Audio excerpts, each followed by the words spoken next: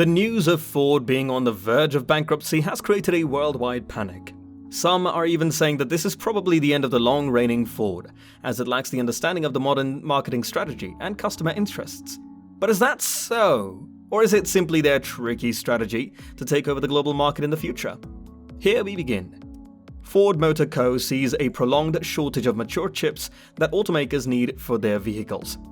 Let's see what the CEO and other high professionals have to say. It's too painful. We need to understand your technology roadmap better, CEO Jim Farley said during an interview with CEO Rich Templeton of Texas Instruments, Inc. at the Semiconductor Industry Association's annual dinner.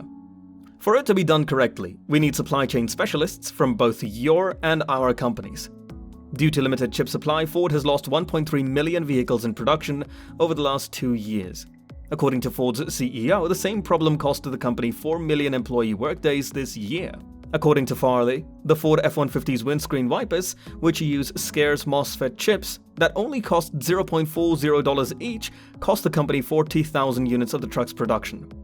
One thing that keeps me up at night is legacy nodes, Farley said, referring to older manufacturing techniques used to create chips like the MOSFETs that Ford had trouble finding.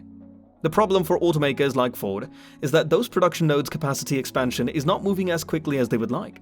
As a result, he says the demand for chips from automakers is increasing twice as quickly as the capacity of chip manufacturers. The two largest contract chip manufacturers, Samsung Electronics Co. and Taiwan Semiconductor Manufacturing Co., have worked to meet the demand from automakers. Still, both businesses prioritize developing advanced chip making, which generates more money. Money alone isn't enough, Farley said in concluding his remarks. We must have the vision and the operational excellence in the whole ecosystem. We believe that sounds convincing, but this may also indicate that the Ford CEO aims to neglect the business growth by providing excuses. And in the meantime, he's carving out ways to secure his own financial future? What do you think? Comment below. With that, we have that $2 billion loss. What about it? Ford Motor Company last week announced a net loss of $2 billion, blaming cost issues and particularly ongoing computer chip shortages for results that disappointed Wall Street after General Motors and Tesla both posted record profits for fiscal 2022. According to CEO Jim Farley, costs, particularly ongoing supply chain issues, caused $2 billion in profit to be lost. I'm frustrated would be an understatement, because Ford could have gotten so much more out of the year. Sam Fiorani, Vice President for Global Vehicle Forecasting at Auto Forecast Solutions, noted that initially, Asian automakers handled the semiconductor shortage much better than domestic firms. However, the situation has largely changed now. While Toyota has been relatively frank about its problems, Ford has quietly halted factories and taken the financial hit that comes with not preparing Wall Street. He said, getting in front of the problem, as many of its competitors have done, would have helped. After the disappointing performance of 2022, Ford announced that Farley and Lawler would present the Ford Plus strategy, which aims to increase quality, cut expenses, and take advantage of significant opportunities to expand capabilities and generate returns from software-enabled gas-powered and electric vehicles. In addition, on February 15th in New York City, Ford will present at the Wolf Global Auto Conference. According to a Saturday article in the Wall Street Journal, Ford stock had fallen 7.6% by the end of February, more so than the actual outcomes. The value decline was caused by Ford management's failure to alert investors to a bleak 2022. For the entire year, adjusting operating profit was about $1.1 billion less than Ford predicted for analysts in October. But according to the journal, even that was the low end of the previous range of estimates it gave. Losses after loss. How does that in any way justify the dedication and moral character of the CEO? Is he so powerless? Or is the picture behind the scenes entirely different? Newspaper analysis indicates that Ford's gross margin, profit above materials cost, has lagged behind GM's since around 2016, largely because it did not go through the same extensive restructuring as GM before coming out of its 2009 bankruptcy. In the third quarter, Ford paid surcharges to suppliers and for nearly finished vehicles, which contributed to the company's poor 2022 performance. However, when comparing the available inventory to potential customers, supply shortages didn't hurt Ford as much as some competitors. Inventory is calculated as days' supply of new cars on dealers' lots and in transit.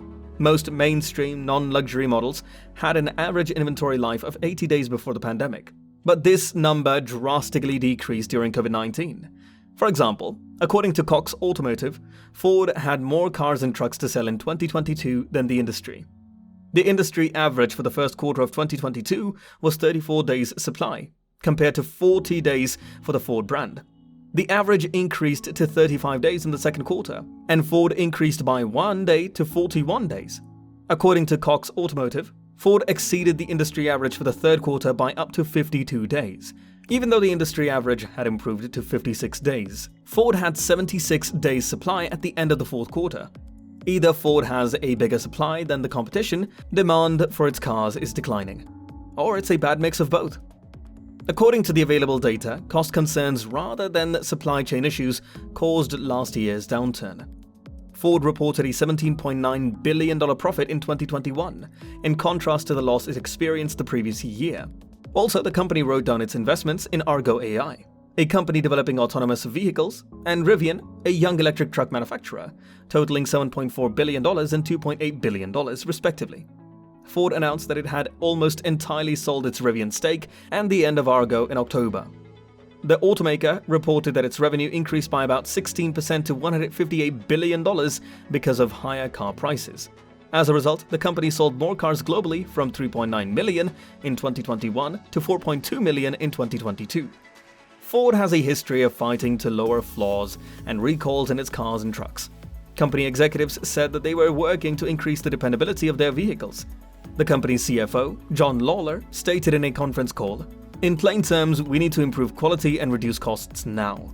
Ford's performance was also hampered by a $600 million loss from its joint ventures in China and $12 billion in special expenses, including those related to Rivian and Argo, which has seen a significant decline in value since it went public in November 2021. Ford reported a $10.4 billion profit last year, roughly the same as it will be in 2021 after special expenses, interest, and taxes. "We should have done much better last year," Jim Farley commented. Well, Jim seems to be great at commenting, but he fails to show up in action.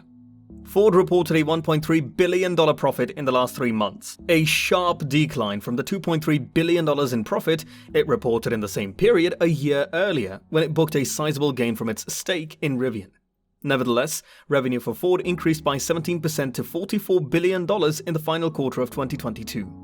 According to Mr. Lawler, the company sold 1.1 million more cars in the fourth quarter of 2017 than it did a year earlier, but 500,000 fewer than Ford had anticipated. The worldwide shortage of computer chips has slowed Ford's production. However, Mr. Lawler said the company anticipated some disruptions to persist this year and a slight increase in production volume. Ford also announced that its sales of cars and trucks in the US rose by 2% in January, and that its sales of electric vehicles increased by more than twofold. And now they are anticipating its adjusted earnings before interest and taxes for this year to be in the $9 billion to $11 billion range. That's insane! It looks like things are spicing up for Ford, don't you think? The automaker sold 145,070 cars and light trucks in January, up from 142,445 the previous month, when production was slowed by a shortage of computer chips and dealers had few vehicles to sell. As a result, Ford had 370,000 vehicles on dealer lots at the end of January, up from 201,000 at the same time last year. This increase is a clear indication that supply chain issues were lessening. Pickup trucks, the Bronco sport utility vehicle, and battery-powered models were among the models that contributed to the increase, compared to January 2022, when the vehicle was first made available. Ford sold 2,264 electric F-150 Lightning pickup trucks. Additionally, it sold 2,626 Mustang Mach-E electric SUVs, up by 11%. Ford modified its Cuautitlán plant, located just north of Mexico City, to increase output and halted Mach-E production in January. However, the company announced that they have resumed it again in February. While most people expected Ford to declare bankruptcy, the world seems theirs, and the CEO seems to be acting up. What are your thoughts on this? Do let us know in the comments below and subscribe for more.